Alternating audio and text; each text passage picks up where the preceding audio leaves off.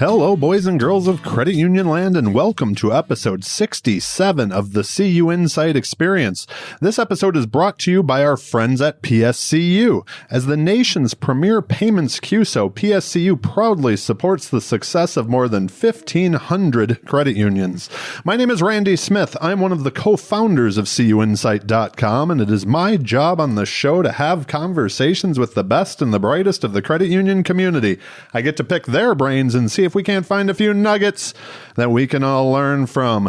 My guest on today's show is Pete Hilger. Pete is the CEO and president of Allied Solutions. Pete's bio and history in the credit union movement is long. He has helped grow Allied Solutions from 35 employees to over 1,200 today. Just amazing. I had a blast with this conversation. Pete is an open book and willing to share with us the lessons he's learned from all the successes he's had in business, but also from some of those early failures along the way, and I greatly appreciate that. I had so many scratch my own itch questions while we were recording this that I had to hold back on a few and not take over the show, so we'll save those for another time. I truly enjoyed this conversation with Pete. We talked about what credit unions need to do to stay relevant in this fast-paced financial services world. We talked about his reluctance but acceptance now that Allied Solutions is also a technology company today. We also talked about people and how to maintain culture in the service to customers with so much growth over the years, and just a ton of leadership and life lessons in this conversation. As always, we have some fun with the rapid fire questions to wrap up the show. So without further ado, I give you my conversation with Pete Hilger. Enjoy. Pete, welcome to the show. Hey, Randy, how are you doing? I am doing well. I appreciate you taking the time out of your busy day to join us. I think people are really going to enjoy this. I've been looking forward to the conversation. Well, my pleasure. It's always great to share with other industry leaders and people to help fight a common cause. So looking forward to the conversation. Absolutely. So, when I was scouring the old interwebs, doing a little bit of homework for our conversation, I kept, quite honestly, coming up with so many different directions that we could take this. So I really, like I said, I thought this would be a ton of fun. I'd like to start with something that I read in an interview you gave last year. In it, you mentioned that Allied Solutions in the past wasn't a tech company, but that's changed. What has changed the most? And I guess, how would you describe, Allied Solutions today? Well, it is interesting. I remember that interview, and it was hard for me to say that tech was so important to our lives when historically we've been a distribution company. A little background about Allied Solutions. So we're kind of a unique entity within the marketplace. We're a distribution company. We're a manufacturer of product. We're a third-party administrator. We're an MGA. So we're a lot of different things. And when that interview took place, I kind of chuckled because as much as I didn't want to admit it, everything we do touches technology. And shortly before that interview, I actually looked at our budget for the following year, going into 2019, and I realized the number one line item dollar-wise was digital transformation, technology, our enterprise technology group. And our fastest growing section of employees, we have 145, 150 people just in our IT department, whether they're touching routine maintenance or whether they're touching development costs. And that doesn't even include what we outsource, because our clients are so dependent on that, on an efficient delivery process. It reminds me of something that Chuck Fagan said. He was one of the first guests on the show last year, and he was like, I still have not said no to a cybersecurity technology budget request. He's just like, I'm afraid to. So it does speak, I think, for all companies, just how much of the dollars go to technology nowadays. Speaking of that change, we talk a ton about digital transformation and the pace of change in financial services. When you look at credit unions from that 30,000 feet blimp level, you work with them all over the country. Is there something that you think needs to fundamentally change to stay relevant? There's quite a few, and part of it is the burn rate on the expense side when you talk about technology customization. You talk about all the entities that have their fingers in the financial pot that are trying to extract dollars from us, the institution, the consumer. I mean, it's out of control. And the interesting thing about it is much of the data we're trying to build that technology platform or solutions for is the credit union's data. We look at data as so valuable. And I think the one thing at a 30,000 foot level is how do we make data meaningful? Because once you figure out how you make data meaningful, those powerful technology tools can really then go into play. And meaningful to me isn't what kind of neat little gadgets I can build out of it. Mine is how can I better serve my member? How can I better understand their needs? And how can I be out in front and delivering a solution for them? I think you hit the nail on the head there with that one. We hear all the time, GAC was recently, and so many credit unions are like, we have the data. Now what do we do with it? Right? They've harnessed it, but that's that next step in the evolution. I was so interested to ask you this question, but how has Allied Solutions stayed ahead of this pace of change? You guys have been growing like crazy. So is it, innovation internally? Is it, fast follower? Is it acquisition? So how do we stay ahead of it? I'm not sure we are or can. How do we stay afloat? Maybe a better word. We will spend $50 million over the next 2 to 3 years in addition to what we've already spent. So we've spent the last 5 years updating and modernizing our core platforms so that as we start to hook these different pieces on it, it's critical. We've done a lot of acquisitions with companies to figure out how to better manage big data. We've spent a lot of solutions on understanding member behavior. In fact, I just got back from Tel Aviv, and we spent 2 days. We work with a company called Sunday Sky, and they really do well on the consumer experience, high-tech company. They're owned by a company called Viola Ventures. So we spent 2 days, literally 45 minutes. They brought these companies in and out. It's the same company that created Waze, for example. Anybody who's Waze, it's by far the best way to stay out of trouble when you're on the road, even if you have a heavy foot. So 45-minute sessions, boom, boom, boom, to learn more about what's out there. I sent a team out to India 4 months ago, the same concept. So it's making sure those investments are meaningful. Our enterprise technology group is really critical to manage how we spend the dollars because it's not an endless book of money out there. So I would say we're staying afloat based on where we are in our competition. The one thing we're going to tell you is where we really are. Anybody to say that they have a meaningful solution where big data can give you a great ROI right now, I don't think's being completely candid about where they're at. We're not there. We're getting there. We have little wins coming on, but good things to come for the commitment we're making to the market. This is completely a scratch my own itch question that I hadn't sent to you just listening to you talk now. So back when you were starting the insurance game, did you ever think you'd be talking about going to Tel Aviv and India to make Allied Solutions a better company? Well, if you know my history a little bit, I didn't want to ever leave the country. I didn't want to leave the country because you couldn't get good cell service. It was god-awfully expensive, and there was never any internet. If you think 15, 20 years ago when you were going overseas, you were out of connection. So it was a big struggle for them to get me overseas. And in answer to your question, no, I didn't think we'd be doing that at all. That's awesome. And I'm a huge traveler, so I love it. So, and I'll tell you, I've learned so much from some of those experiences where you're just dealing with others on, like, we think we might have, be the leaders in change, but that's not always the case. You see people kind of leapfrogging some of the stuff we've done in the past. So something else I noticed in my research that I wanted to make sure to touch on was that you talked a lot about culture and the culture of Allied Solutions. And we've talked a lot on this podcast about the war for talent right now with, unemployment being very low. How are you getting great employees? How are you keeping the employees that you have? Well, we've had unprecedented growth over the last 5 years. We went from 750 employees to somewhere between 12 and 1,300. And I joke with my staff, it's crazy, especially when it's so hard to hire the talent. So we built a great new facility. This is our second year in our new facility. We have somewhere between 115 and 130,000 square feet, coming up with things that are other than just financial. So we did raise our minimum wage for those hourly people. We did raise what our compensation was. We hired Mercer to do an entire salary study. Recently, we hired PwC, and we have launched effective January 1st, our operational and cultural transformation. And what that is, it's a couple of things. It's how do we prepare our company from the future? And that includes our people, which are our greatest resource. So you look at things like what type of 401k benefit do you have? What type of non-compensation benefit on PTO? What are you doing to your community service? That's more, especially with the younger generation. The contributions that you have within those communities are very, very powerful. And then if you look at our campus here, it's a very fast-growing area in our corporate offices in Carmel, Indiana. So owning a car is not necessary.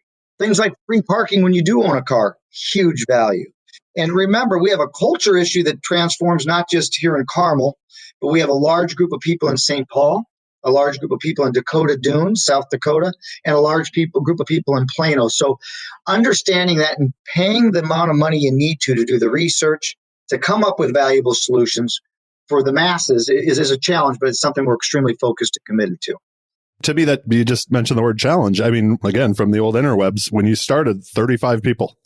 You know what I mean? Like so now I add in my notes 1,000 employees. You're up to 12 or 1,300. That's insane. Throughout the years, not just what you're doing today, but any hacks or anything you could share with like a fast growing organization on how you've kind of tried to keep that culture that you had that made you successful?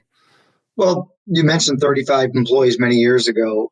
We were a small mom and pop, very family oriented, close niche company. And we think a lot of those attributes are still very important, but the reality it is with some of the things in society that's changed, how you treat people, how you want to treat people, and then their values. Their values are so different than what they used to be. It used to be if you had a problem, you'd either hire a new full-time employee or you'd pay the people more.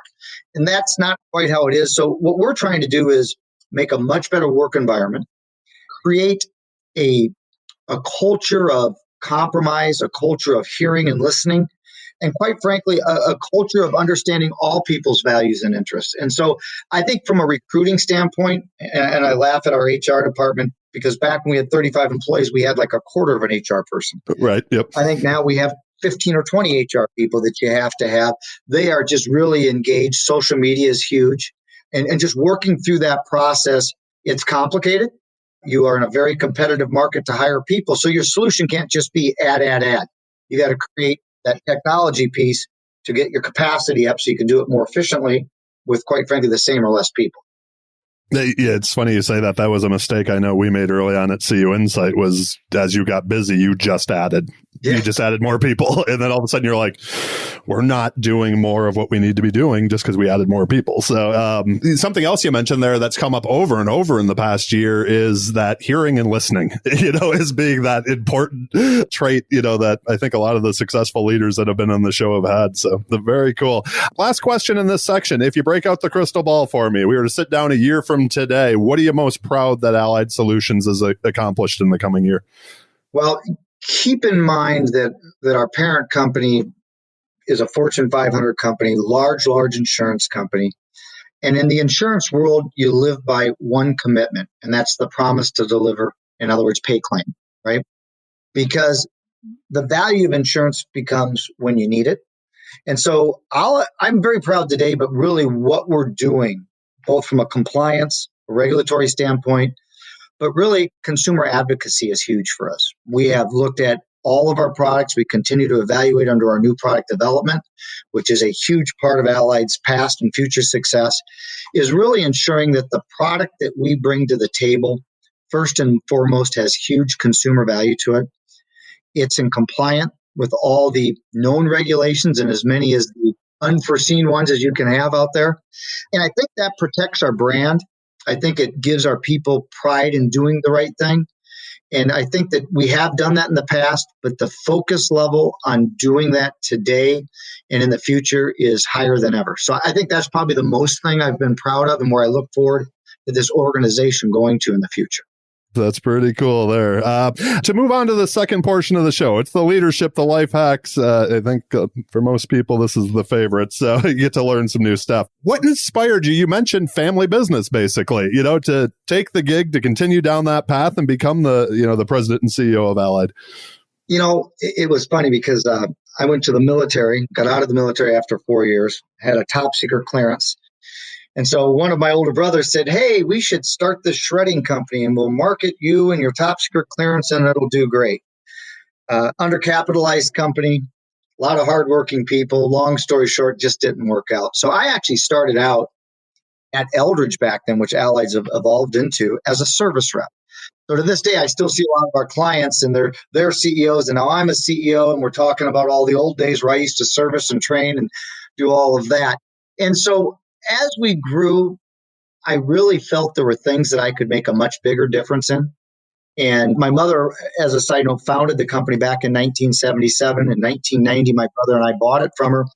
And we sat down and said, how do we get better and bigger? Not bigger and better, but better and bigger, which is two defining words that you can use. And if you use them in the wrong way, they mean totally different things. So when I sat down and really started to understand a couple of things, the credit union movement, which was true to our heart, that's where our family grew up, whether it be on a breakfast dining room table, hearing my mother talk about it, all the way up to the brothers all working. I've had my two older brothers work for us, and for a short period of time, my sister worked for us. Today, we have one of my sons that's a rep out in Boston. And so as I went through this, I said, what can we do because we affect so many people's lives? And I always use this math within our own company. For every person you hire, you're supporting 3 additional people. And I always throw in a dog because I love dogs. And a dog, when you start adding that number up, it's a lot of people's lives that you're affecting that count on you. And then you look at the consumer side of it or the client side of it. And I just really wanted to become more impactful. And that's why I was thriving to become more and more of an executive leader within the organization. It's funny you mentioned that. I've mentioned it, I think, on the show before, but when we hired our first employee at CUInsight, I felt my job change because now I was responsible for someone besides me and my dog, right? Like it was like, oh, her kids need mac and cheese also. So, but yeah, exactly. I love the way that you think about that. A question I just have to ask, and this comes from, again, small business owner, talking to you today and things like that. That's also had failures in the past.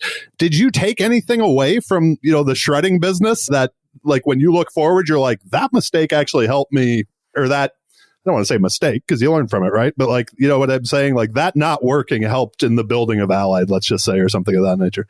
A lot. If you know about me, I don't have a college education. I have a high school education. I went right from high school. I was very loyal to my first love. And we had children. So I raised children and went to the military so I could develop some disciplines out there. And I would say that one of the big things I took away was beginning to understand some business disciplines. I look at it as my 4-year college education. It was kind of an on-the-job training. But then really understanding people. Back then, we were hiring minimum wage people. I think at one time we had 30 to 40 people. But the biggest thing that I learned, and it was told to me by a gentleman that was one of our clients from IBM. And I remember walking into the client and I was trying to sell him on something, and he really didn't like my sales style. And he said, we're not going to do business with you. And so I left thinking, that was a big account for us that we were going to get. We're a small company, so every bit counts. He calls me up and asks me if he can take me to lunch. And he says, you have a really good quality and a really bad quality. He goes, you're a real personable guy and you're overly honest. Those are your good qualities. He goes, your bad quality is you don't use them. He goes, you came in to sell me about everything why your competitor wasn't very good. All you really had to do is tell me why you were the right choice. So I've really taken that, and as we've moved in and grown up at Allied Solutions, it is a discipline that's a mandate within our company. You give your people the respect, you give your clients respect, and you give your competition the respect. And you collaborate with your client as to why you're the best solution, not why somebody else isn't. And it's something that's been true to my heart, and I've lived that. And I believe as big as our company is, as many people we have out there selling, for the majority of all situations, I would say we live by that and continue to focus and improve on making sure that mission is accomplished. I love that. It's fantastic too that, you didn't get the account, but the guy's like, let me take you to lunch and tell you why. I mean, I think he must have saw something that knew you would take that all in, right? So how would you describe, just on the big picture, your leadership style? And I'll add to that, has that changed as the company's grown? Well, it needs to change. I'm a control freak. Wasn't up until about 3 years ago that I knew everybody, everything about all, whether it be our staff, our products, our services, our financials, our clients. I used to ride around with our reps and I'd have them quiz me blindly about a client's name, and I would give them the name of the CEO, the name of the loan officer, and the products we had and their loss ratios. I've been here 30 years. Things change. There's bigger things that are needed from me, from an organization, from transformation of our company to succession planning. I'm 54 years old. I have probably 6 more years here. So I think the biggest thing is letting go, trusting my own people. We have a lot of great talent here. We all went through leadership action plans as part of our culture transformation. I shared my entire word cloud with everybody, the good, the bad, and the ugly. And I will tell you, there was a good balance of good, bad, and ugly out there. But really being serious about the commitment to change, to prepare your organization for those young people that are coming up that are going to be delivering on our brand and our commitments is critical. So I would say that over the last couple of years, I've started to evolve my leadership.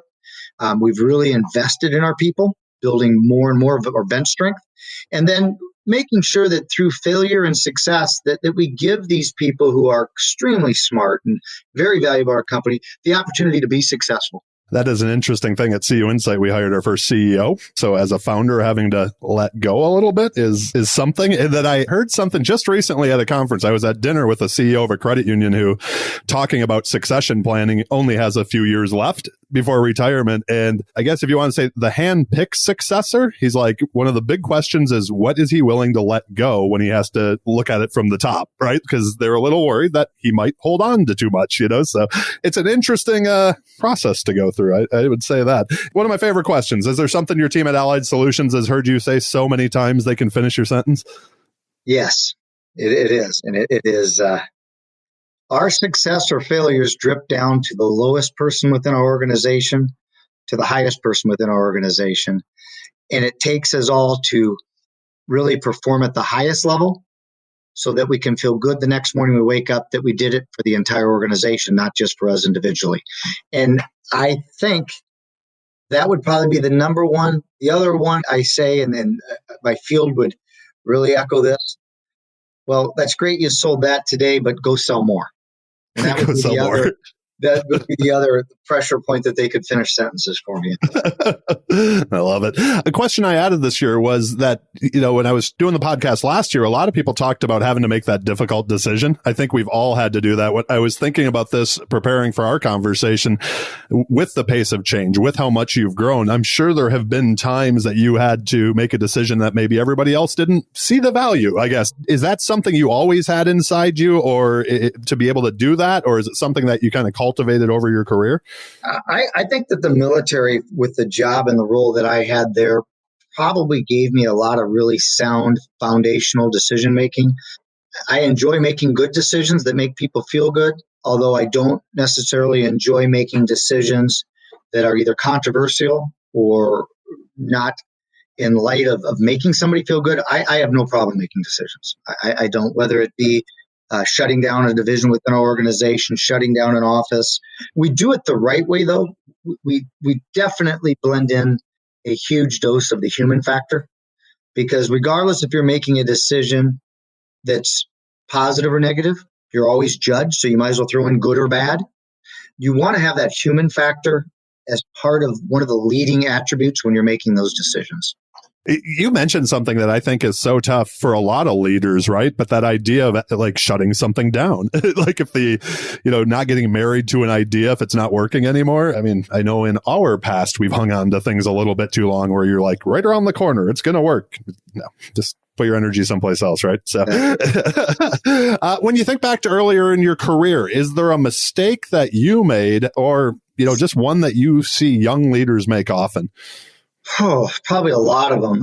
I think probably the biggest lesson, I had to look back and say, what would I do different? Early on, I'd probably have treated people better. And I say that because we were a small company, everybody doing multitasks. So you would have multiple roles within the organization. And I think maybe stopping and being a little more patient back then would have been helpful. Although I'm not a patient person, I'm much more patient today than I was then. And that includes getting people's input. You can become across abrasive and insensitive when you're letting a rushed issue drive your decision process. So I think just slowing down a little bit, getting more input, and valuing your people would probably be the biggest lesson I've learned and continue to learn, quite frankly. Has there been a piece of advice that you find yourself going back to, that kind of life lesson you hold on to? It kind of goes back to what I always shared with you. It's when you're doing and communicating to a client, always do the right thing. And It's funny because I look at what we do, and if a client has an impression of X, one of the things that I've done many a times in some of our large clients is, okay, we'll just show you all the numbers. We'll just fully disclose everything to you, because then that takes out the frustration, the lack of trust, and they realize everybody needs to make money, so we're on the same page. Yeah, I love that. That's something we try to do here too, is here's all the data. So just, you can do with it what you please, but we're going to show it to you. Another thing I noticed in the first season that kept coming back up was how important mentors were in people's lives. Do you have a mentor? Do you have a network that you leaned on, coming up, who helped you get to where you are today? Well, there's a lot of them. Remember, we were a family-owned company. So two people that long-term have had a huge impact in my career are both my mother, Melissa Eldridge, and the CEO now of CUInsight, Pete Hilger. So those are kind of the obvious ones. I think my biggest mentor is my wife. She is, and I'm saying that only because I hope she's listening to this. But no, and also she's the one that I can come home, had a really bad day, tell her what my day was like, why it was good, why it was bad. And she would really give you a good balance of what I did wrong and what I didn't do wrong. She is raised by a police officer, full of discipline.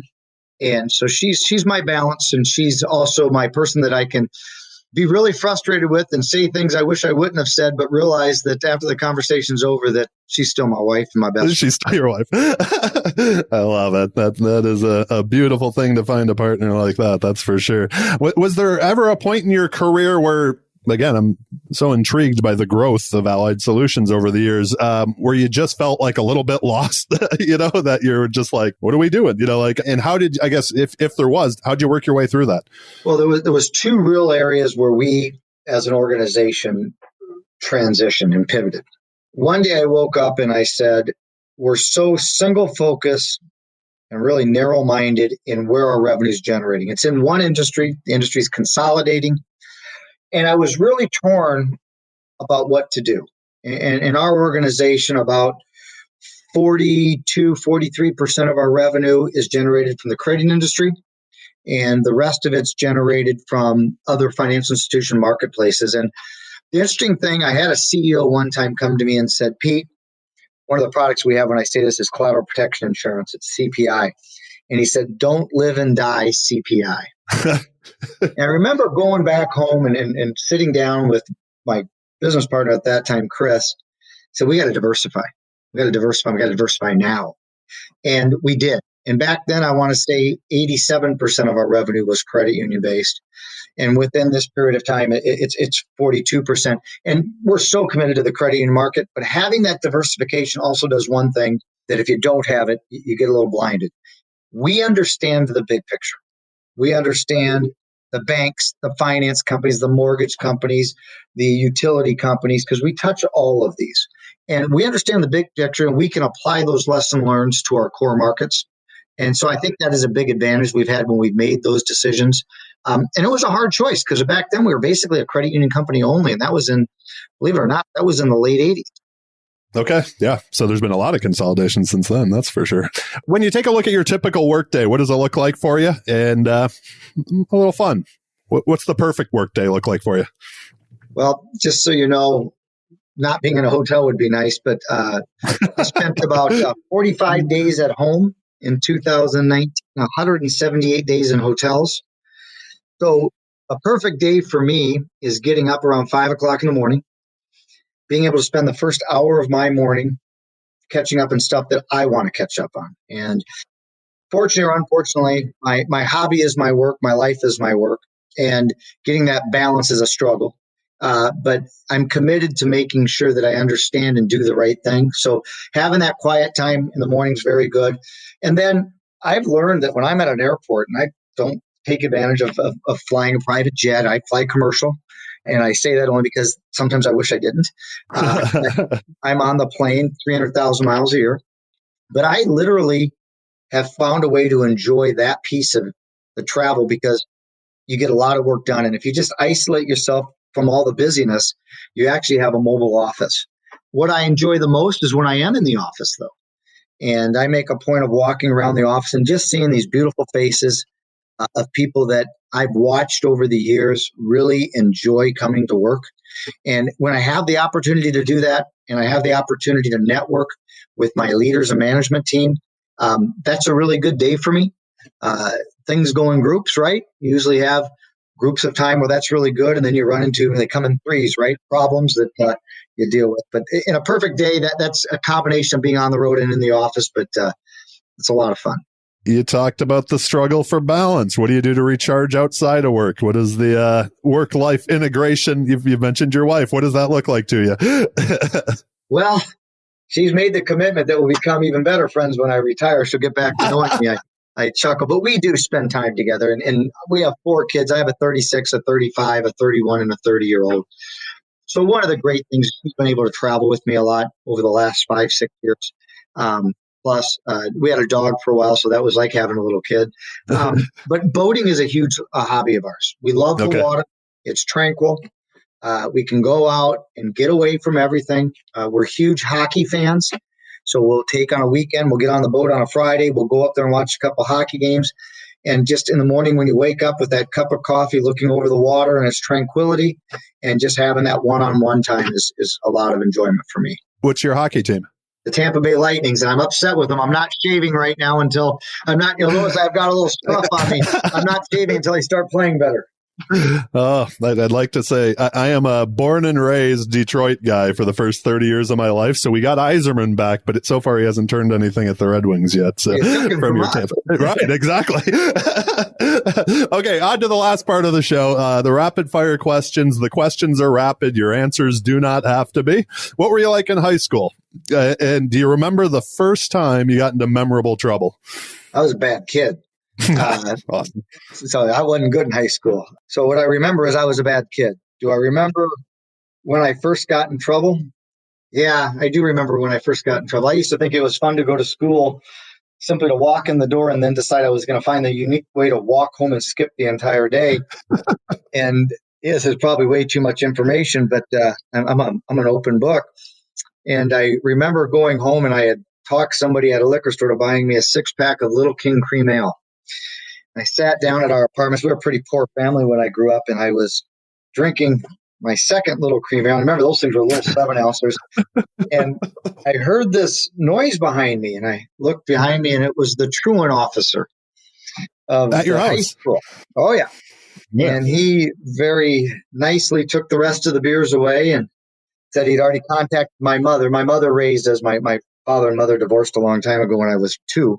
And so they raised us. He said, I've already contacted your mother. She's out of town, but she said for us to take you back to school. And the school I went to was North Central, so there was police officers and everything in school there. And I remember going back thinking, yes, they're going to expel me and I'm not going to have to go to school anymore. Well, they didn't do that. They basically told me that here was going to be the rest of the year and there was still 2 months of school left. And I was going to come to school. I was going to go to a class named START. And I was going to go literally the hour after the last class ended, I was going to go into study hall for 3 hours until my mother picked me up. And so that sticks with me. It's probably the only way I even got through high school because it made me go to school. Yeah, I was going to say, you thought you were going to get out of it, and all of a sudden you had 3 more hours, it sounds like. So, hey, most of us stumbled into our careers in one way or another. What'd you want to be when you were growing up? Well, other than the typical sports athlete people always wanted to be, when I was 16 years old, I decided I wanted to be a meat cutter. Do you know that's what I did through college? Are you serious? Yep. Look, my stepfather was a meat cutter, and I worked all through college in meat departments. So, well, mine wasn't because of the passion of meat or cattle or whatnot. Mine was because I had made the decision I had to go to the military to be able to support my new family, and it was the lowest tech school that I could find. It was 6 weeks. I thought, because I went into the military. My daughter was born on August 7th. I went into the military on August 10th. And so I just wanted to get back home.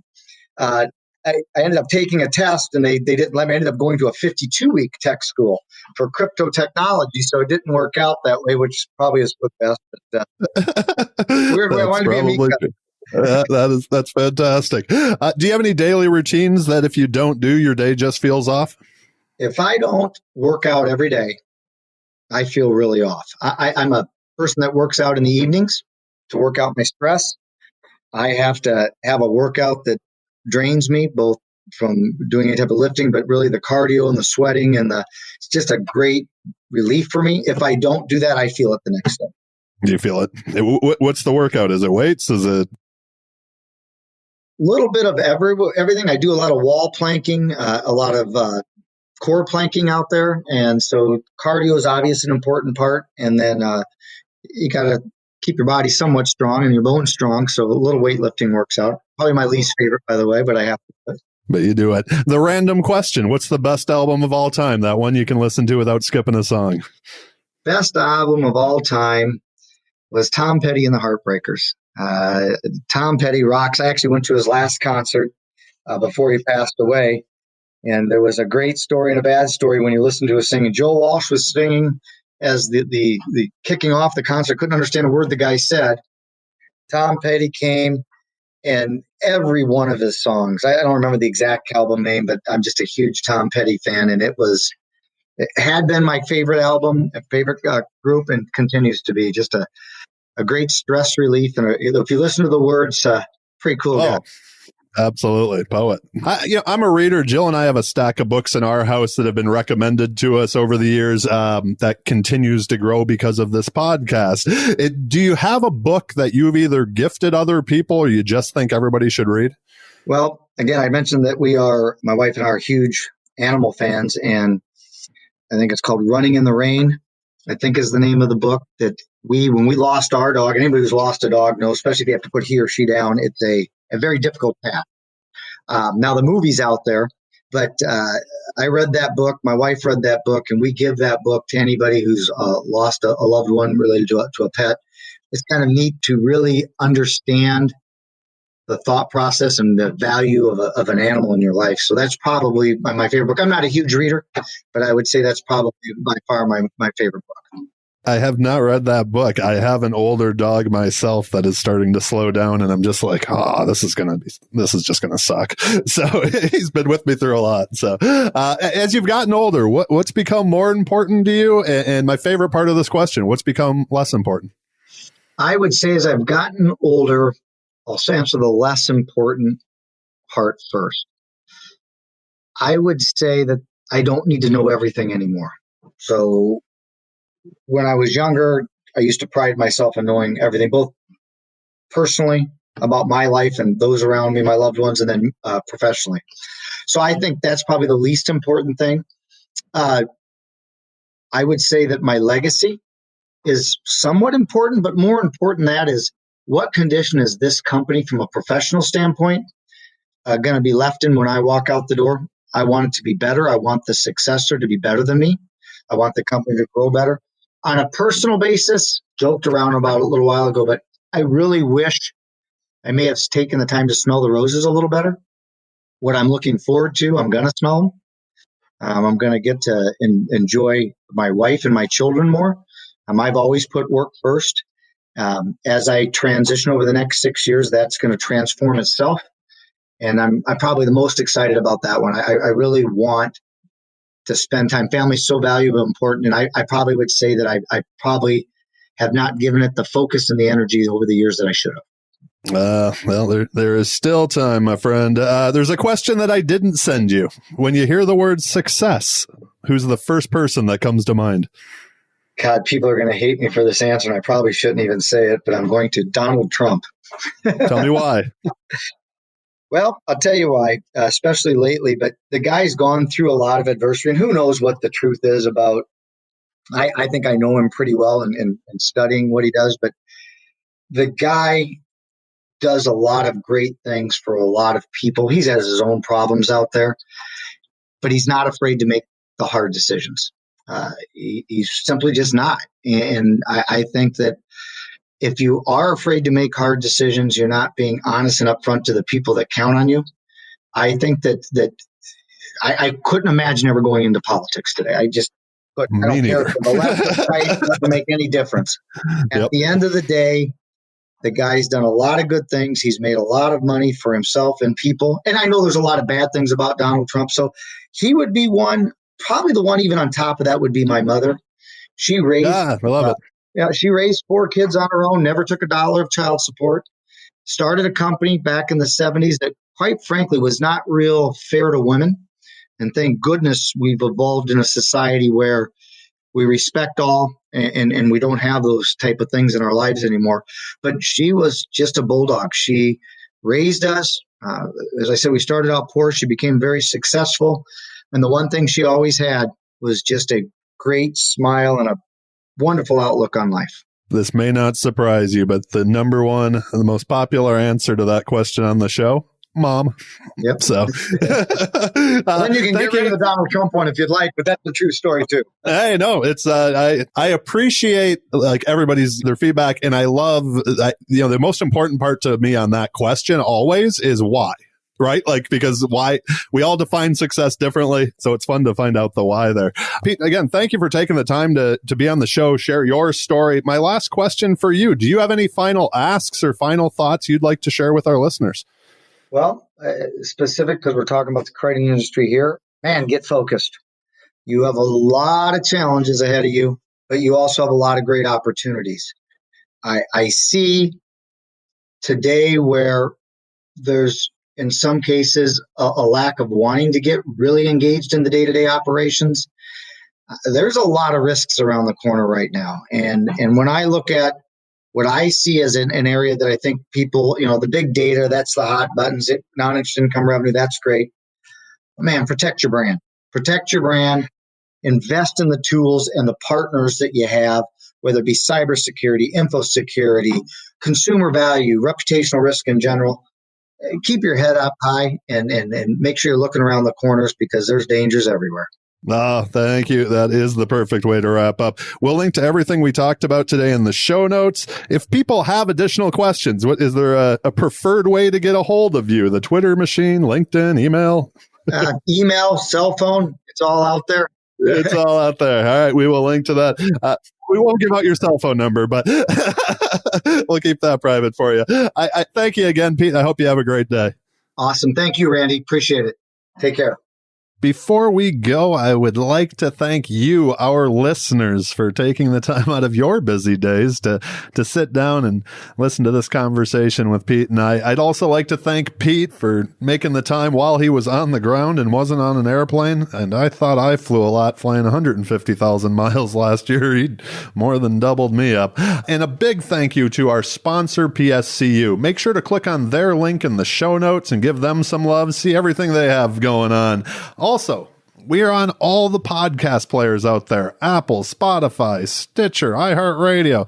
We would appreciate it if you would subscribe, leave us a 5-star rating, maybe even a review on the old Apple podcast machine. It helps with the visibility of the show.